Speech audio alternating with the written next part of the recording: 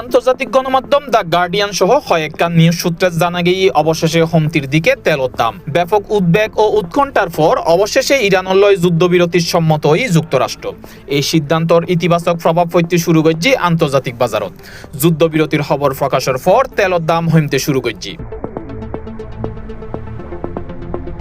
বিশ্ববাজারত বুধবার crude oil তেলের দাম আছিল 15.9% কমে ব্যারেল প্রতি $92 হাসাহাসি নামি আসছে। যুদ্ধ শুরুর আগে জ্বালানি তেলের দাম আছিল ব্যারেল প্রতি $70, অর্থাৎ সংঘাতর হারণে দাম উল্লেখযোগ্যভাবে বাড়ছিল আর যুদ্ধবিরতির পর কিছুটা স্বস্তি ফিরছি। ইয়ার আগে ইরানত মার্কিন ইসরায়েলি আগ্রাসন শুরু হইলে ইরান হরমুজ প্রণালী প্রায় বন্ধ করে দেয়। ফলে বিশ্ববাজারত তেল সরবরাহ লইনে বড় ধরনের অনিশ্চয়তা তৈরি হয়। এই পরিস্থিতিত জ্বালানি তেলের দাম দ্রুত বাড়তে থাকে এবং এক পর্যায়ে ব্যারেল প্রতি $119 পৌঁছে যায়।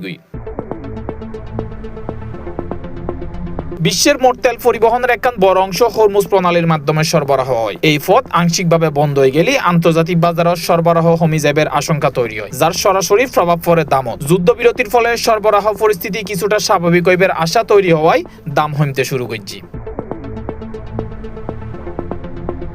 বাংলাদেশের ক্ষেত্রে পরিস্থিতি কিছুটা ভিন্ন। আর দেশান সম্পূর্ণ আমদানি নির্ভর হওয়ার কারণে আন্তর্জাতিক বাজারত দামর উঠানামার সরাসরি প্রভাব পড়ে। তবে যুদ্ধবিরতির পর দাম কমিলেও তাৎক্ষণিকভাবে দেশত ইয়েনের প্রভাব দেখা যাবে সম্ভাবনা কম। তবে সংঘাতের সময় আন্তর্জাতিক বাজারত দাম বাড়ি যাওয়ার কারণে আমদানি ব্যয় বৃদ্ধি পায়। এ কারণে ভবিষ্যতত মূল্য সমন্বয়, সরবরাহ ব্যাহত কিংবা পরিবহন খরচ বাড়িবার মতো পরিস্থিতি তৈরি হতে পারে। এছাড়া বৈশ্বিক সরবরাহ চেইনত চাপ থাকলেও আমদানি বিলম্বিত হইবে ঝুঁকিও থাকে।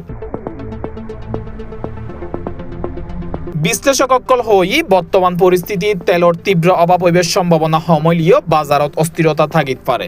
বিশেষ করে পরিবহন খরচ বাড়লে দ্রব্যমূল্যের দামও বাড়িতে পারে। এই কারণে যুদ্ধবিরতির পরও পুরোপুরি স্বস্তি ফিরতে সময় লাগিব। International desk, C+ TV।